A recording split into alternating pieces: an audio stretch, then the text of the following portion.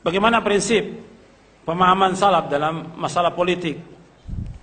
Ya, politik yang ada yang sekarang ini politik belah bambu. Yang satu diangkat, yang satu diinjak. Itu kalau bambu, belah bambu.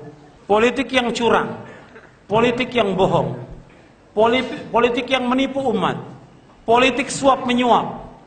Kalau seperti ini, apakah pantas kita untuk masuk ke tempat itu? Jadi harus perhatikan, yang ada ini gimana politik yang ada?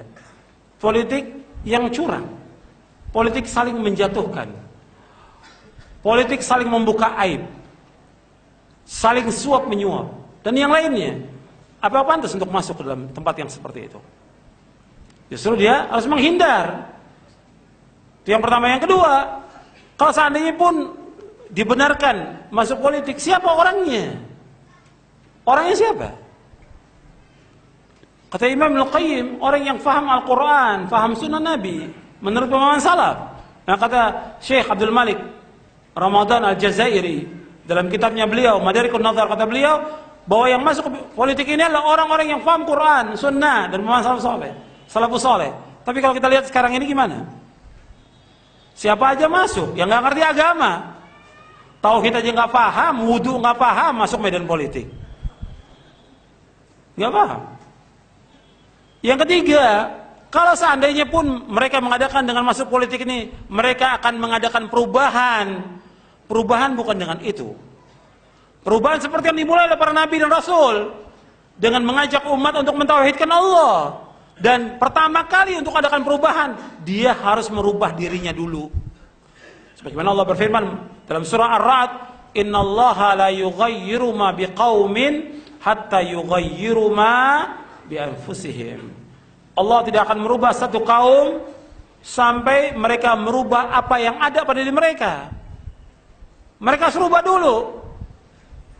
Mereka akidahnya harus rubah dulu dirinya, keluarganya, akhlaknya. Mereka belajar tentang Islam. Jangan mereka mengatakan, "Oh, saya ingin merubah." Bukan mereka merubah, mereka yang dirubah. Bukan jadi baik, jadi rusak. Dulu sebelum dia masuk partai, Masya Allah, jenggot, tidak isbal, rajin sholat berjamaah, rajin ngaji. Begitu masuk partai medan politik, rusak dia. Cukur jenggot, sholat berjamaah sudah jarang, pakaiannya juga Masya Allah sudah nggak kelihatan sebagai talibul ilm. Belum yang lain yang dilakukan lagi. Ya gimana akan merubah? Dia sudah berubah. Bagaimana akan merubah? Belum lagi alasan yang lain, bahwa ini berkaitan dengan mansib, manasib, dengan kedudukan.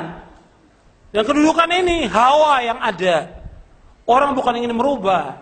Bukan Islam, label Islam itu hanya dagangan yang dibawa oleh mereka. Dagangan. Kalau mereka ingin merubah, ya mereka tidak mencari kedudukan. Yang mereka cari kedudukan. Kalau sudah dapat kursi, sudah ditinggalkan semuanya, masa lama. Yang dicari kursi. Bukan untuk membela Islam, bukan. Yang cari kursi. Antum lihat sahabat Abu Dzar Al-Ghifari radhiyallahu anhu arda, ketika minta kedudukan apa kata Nabi?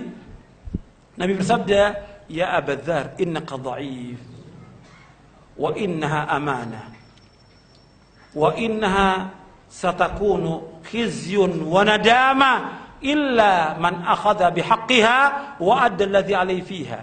Ya Abu Dzar, engkau lemah.